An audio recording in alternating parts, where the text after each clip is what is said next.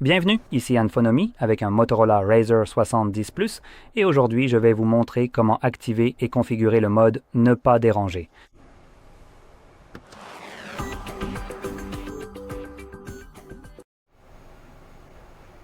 Pour commencer, il vous suffit de faire glisser votre doigt vers le bas depuis le haut de l'écran. Si, contrairement à moi, vous avez une séparation entre les raccourcis et les notifications, il faudra alors faire glisser votre doigt vers le bas depuis le coin supérieur droit. Faites-le précisément, puis recommencez une fois de plus, et cela étendra la liste des raccourcis visibles. Ici, nous recherchons le mode « Ne pas déranger » qui, je crois, est ajouté par défaut, mais il n'est pas étiqueté comme tel, il est indiqué comme « Mode ». Si vous ne voyez pas ce bouton sur aucune des pages, vous pourrez l'ajouter en cliquant juste ici sur ce crayon. Trouvez-le dans la liste ci-dessous. Lorsque vous le voyez, il vous suffit de cliquer sur le plus vert et il sera ajouté. Et vert. Donc, une fois que vous l'avez ici, il y a plusieurs choses que vous pouvez faire pour interagir avec lui. Par exemple, vous pouvez le maintenir appuyé. Cela nous amènera aux paramètres. Nous pouvons appuyer sur « Revenir », nous pouvons appuyer dessus pour ouvrir cette petite fenêtre rapide et nous pouvons naviguer vers les paramètres.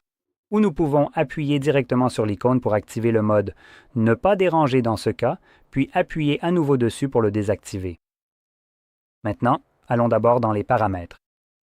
Et ici, nous n'avons qu'un seul mode, qui semble être celui que je décris comme le mode « Ne pas déranger ».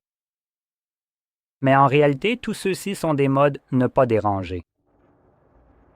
Commençons donc par celui qui est réellement étiqueté comme tel, et ici, lorsque vous cliquez dessus, vous avez quelques options. Premièrement, nous avons « Personne » ici. Vous pourrez spécifier qui peut vous envoyer des messages et qui peut vous appeler. Avec en plus, juste ici, un bouton pour autoriser les appels répétés. Si quelqu'un vous appelle 2 fois en l'espace de 15 minutes, ce bouton, s'il est activé, le permettra. Donc, toute personne qui vous appelle 2 fois contournera ce qui est indiqué ou sélectionné ici. C'est une bonne option en cas d'urgence. En général, les gens insistent en appelant plusieurs fois, et cela leur permettrait effectivement de vous joindre. Maintenant, en descendant un peu plus bas, nous avons les applications. Et ici, vous pouvez sélectionner les applications qui seront exclues du mode « Ne pas déranger », ce qui signifie qu'elles pourront quand même vous déranger avec des notifications et tout ce bazar pendant que le mode est activé. Ensuite, nous avons les alarmes et autres interruptions, donc vous pouvez en désactiver certaines, comme les rappels, etc. Juste en dessous, nous avons les paramètres d'affichage. Ce sont simplement des paramètres supplémentaires qui sont plutôt propres à Motorola, d'après ce que je peux voir. Donc cela vous permet, par exemple, d'activer des choses comme le mode sombre, le mode niveau de gris, garder l'écran allumé, en gros, désactiver l'affichage permanent, et ainsi de suite. Et enfin, la durée pour les réglages rapides. Celle-ci est l'une des options les plus intéressantes ici. Cela définit ce qui se passe lorsque vous appuyez manuellement sur le bouton. Par défaut, c'est réglé sur « jusqu'à ce que vous l'éteigniez ». Ce qui signifie que si je fais cela pour l'activer, je devrais penser à l'éteindre moi-même. Sinon, ce mode fonctionnera indéfiniment en arrière-plan.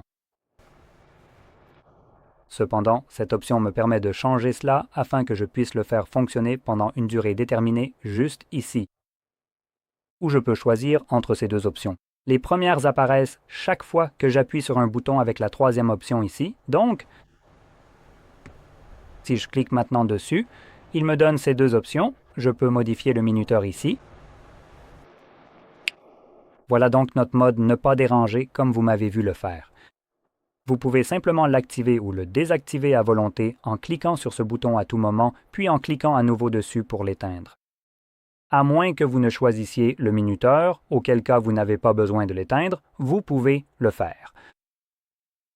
Mais si vous attendez aussi ces quelques heures, comme vous l'avez dit, il s'éteindra tout seul. C'est donc le mode « Ne pas déranger » classique. Si on revient en arrière, on a les deux autres juste ici. Nous avons le mode « Coucher » qui, si on le configure, semble fonctionner de 23 h à 7 h du matin. Donc, c'est encore une fois un mode « Ne pas déranger », mais spécifiquement adapté au mode sommeil. Donc, lorsque vous dormez, il s'activera automatiquement. Et encore une fois, vous avez des options ici que vous pouvez spécifier et ce sont des options ici. même si elles sont identiques à celles du mode ne pas déranger principal. Pour la plupart, celles-ci vont fonctionner indépendamment des autres. Donc si vous modifiez les personnes ici, qui peuvent vous appeler ou vous envoyer des messages, ces options sont complètement distinctes de celles du mode ne pas déranger, donc vous pouvez avoir deux listes différentes de personnes autorisées à vous appeler selon le mode activé. Bref, je ne vais pas trop m'attarder là-dessus, car beaucoup des options ici se répètent. Ensuite, nous avons le mode conduite, qui, si nous le configurons, activera automatiquement le mode ne pas déranger s'il est réglé pour s'activer ici. Lorsque votre appareil se connecte au Bluetooth de votre voiture ou à celui d'autres voitures et que Bluetooth Plus détecte un mouvement, à ce moment-là, il s'activera automatiquement. Et voilà, c'est à peu près tout ce qu'il y a à savoir. À part ça, tout le reste est encore identique. Et enfin, nous avons la création de votre propre mode, qui est en fait un mode programmé. Vous pouvez choisir n'importe quelle icône, donner le nom que vous voulez. Et là encore, vous pouvez choisir les personnes. Applications, alarmes, autres interruptions et paramètres d'affichage pour les notifications. Mais surtout, ici, nous pouvons sélectionner notre planning, donc disons que nous avons la date et l'heure. Et je peux le modifier pour définir une heure de début et de fin spécifique à laquelle il s'éteindra et préciser les jours de la semaine. Donc une fois que c'est configuré, regardez-nous maintenant, c'est déjà activé. Comme vous pouvez le voir, ce petit symbole juste ici, c'est celui que j'ai configuré comme icône. Parce qu'il est presque 15 heures en ce moment. Et il est censé fonctionner jusqu'à 17 heures, donc il est activé automatiquement. Et si vous prévoyez de gérer ce mode selon un planning, vous pouvez soit le désactiver ici avec ce bouton, ce qui le désactivera de façon permanente. Donc, vous savez, le lendemain, il ne s'activera pas automatiquement si ceci est désactivé, même s'il est activé comme c'est le cas en ce moment. Mais si je veux garder le mode planifié actif, mais peut-être pas aujourd'hui, je peux simplement retourner dans les boutons et appuyer ici, et cela le désactivera.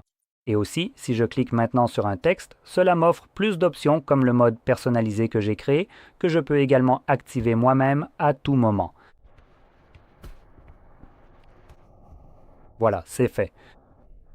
Cela étant dit, j'espère que vous avez trouvé cela très utile et si c'est le cas, n'oubliez pas de liker, de vous abonner et merci d'avoir regardé.